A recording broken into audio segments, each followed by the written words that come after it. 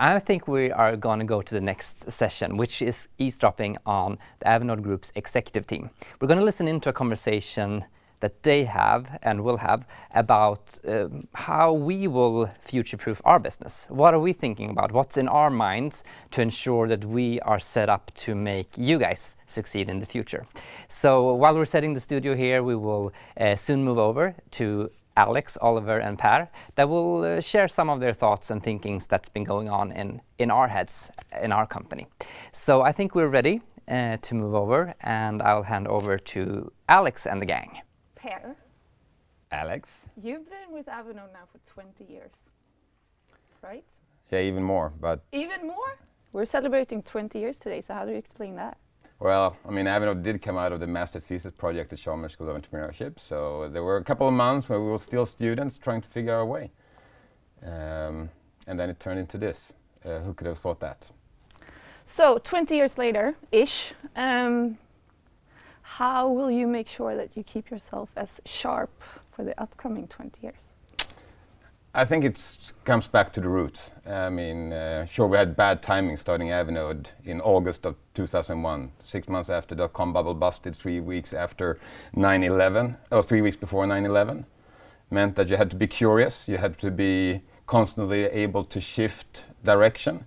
But most importantly, talking with customers and being out there. We have had fun, so much fun for the last 20 years, and that's what I think is what keeps us motivated and moves forward. So we're going to have fun for the upcoming 20 years. That's awesome. So it's a promise from Per. Yes, it is, and I look forward to it. So we, along with other people in the management group here at Avinode Group, we talk about how we can future-proof our business, and we talk about that not once a year or twice even. We talk about that more often than that. Especially this year, considering that we are celebrating 20 years, I would say that we have looked at a longer time horizon than previously, because often you go, okay, what's our 3-year plan, or 5 or 10? But this year I think it's been fun because we've looked at not necessarily having the answers for the 20 years, but still. So what we're going to do now is to share what we have been discussing as different things together, right? Are you setting us up to say how you future-proof an organization? Is that the idea here? I think so, right? Because we talk about our organization all of the time, and we can talk about the industry, but I think we have some interesting, hopefully, things to share. I think this is you talked about this year we're taking a longer view forward, and I think it is 20 years, as Per has said, but I think there's also a dynamic which I suspect most companies are experiencing. We've been locked down for 2 years, and now we all pop up, and we're looking at a time horizon that is not measured in months, it's now back to measured in years. And having just come off MBAA, where people, great to meet, but everyone is talking about now we want to do business together. Everybody's thinking about it. And I think we're at a super time for our industry, because you've got things like electrification underway. You've got big challenges in the background, like what do we do in terms of sustainability as an industry? But you've also got real trends emerging on the technology front, which every company, yes, we're a technology company, we look especially at those areas, but every company needs to have a think about what's going on here. I don't know I have the secret formula to future-proof your company, but I think execs at across every company need to be looking what's going on around, talking to customers, talking to their employees about what kind of environments do they want to work in, and thinking about what type of company do they want to be going forward. So there's a lot to kind of look at and think about here. Yeah, I mean, we're obviously discussing all those things that you just mentioned, but we are also looking at it more of a, sometimes like, what do we do now to make sure that we would become more successful later? So you mentioned, employees, right? Per, you know how it's been the last, I would say, a year. Yeah, I mean, attracting and retaining top talent. I mean, I think it's Richard Branson that said it's the employee first, customer second, because if you take care of your employees, then it will solve. And I do find it's fascinating that it really doesn't matter what type of company you are, in almost whatever industry, you do have such parallels that we all can learn from each other, that even though we are not an operator or a broker, and we will never be either, I mean, even though people have asked me for 20 years, I mean, we do have similarities. And attracting top talent and retaining is key. And that's probably been the most turbulent thing that we have all encountered, no matter where in the world, for the last 2 years. We had the Great Resignation last year. It was a year ago. We were shocked, right? Yeah, and here we are sat in our offices here in Gothenburg. We moved into this office just before the pandemic, thinking it would be a home for 100 noders. Yep. And on a normal work day, we only have a handful of noders because most of our company, and that includes the US pair where your team sits, are working remotely. And so we as a company have had to find our way through it. And that's just a smaller example of, you know, when we talk about the future, that ability to change, that we, you know, in technology everyone talks about agility, almost over talks about agility, but every company needs to be able to experiment, to learn and to improve, because the one thing that's clear on the future, and you've seen this over 20 years, Per, is we don't stay where we are. It's the companies that are constantly trying to improve, continuously improve. They're the ones that, you know, can go from success to success because they're always thinking about what comes next. Yeah, and when we say improve, what does that really mean? Is it how you work? Is it, you know, what you're offering towards the market? I mean, we are considering both of these things, right? Because they are essential. Yeah, they are essential. And how we work has been essential for us for the last 5 years, I think. However, looking forward, I think that we have said that now it's a great time to really accelerate these things that we have been talking about. So. Yeah, no, and I think at times we are, as all companies, better at maybe figuring out what we want to bring to market. I mean, you do surveys, you go out listening, you get feedback. That's sometimes an easier way. But investment into the people and how we do the work, not what we deliver, becomes more importantly. Yep. I mean, the entire US organization is now remote. I mean, we have a total of 65 people across the US in so many states. Also makes it a challenge on how to improve, how to create the right tools, create the right infrastructure, provide the right data. And that's no difference than what every company needs to do, because you want your highest valued asset, your employees, to be as efficient as possible. This working in multiple spreadsheets, copy and pasting in between, having people keep in mind what the details are about certain customers. We talk a lot about customer success. We know that it starts with people success, understanding our customer, understanding the people, the first names of our customers. And that is a major change. And that's one of the things that's really excited for next year's and the couple of years ahead of us. And you talk about customer success. As you look across our company, we've had to adopt so many best practice SaaS software offerings to do everything from customer service to marketing automation. We invest in that portfolio of tools that we as a company have.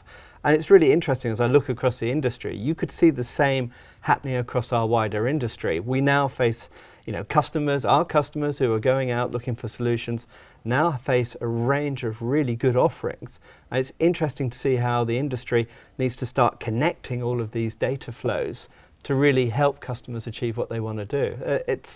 There's quite a period coming up of change. It certainly is. I think we've done a lot of change the last few years because we've been, even if it's people success, we always put our customers first, and we have said as a company, one of our core values is to build relationships, and we do that continuously with our customers, obviously. And we want to create this service excellence all the time.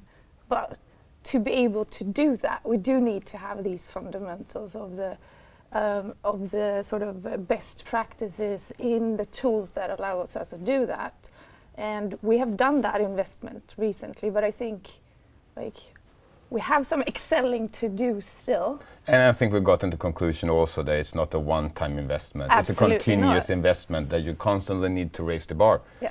Because we might say that we are in a luxury, or the industry is a luxury concierge, high-touch service. That usually meant that you were dealing with a one-on-one communication, and it usually meant you asked a question and I had someone respond to it over phone or email. And that was considered what you wanted and needed to deliver. But as other luxury experiences now are relying on technology as part of the delivery, so does our industry need to do it. I mean, technology is not going to replace high-touch customer service, but it is going to be an essential customer complement to it. We know that. I mean, people like dealing with our noders, but they also want to self-service whenever they can. So how do you create a structure where you can do both? And I think that goes for brokers and operators, both when it deals with the internal employees and with the customers. And that, I think, is going to be a shift that we started to see. But it's still very manual and a lot of copy and pasting across the industry today of information and data, etc. Yeah, so a future-proof to conclude in that area is? For me, if I think about how Avinode started at 20 years, people, the three of you were out on the road seeing customers and contacting customers in a personal basis. As a company grows, it gets more difficult to do that. But today, with the tools that are available, we can have feedback flowing from customers in real time across the applications. We can see what customers are doing. We can actually then respond in real time about what customers' desires are, what they need, what they're trying to do. And as Per said, okay, the traditional idea of great service is always built around that human touch. And it's never going to disappear from our industry, but how you deal with that and provide that is changing. And I think that that's a really, if we look forward over the next 20 years, we've seen digitalization within the wider travel industry.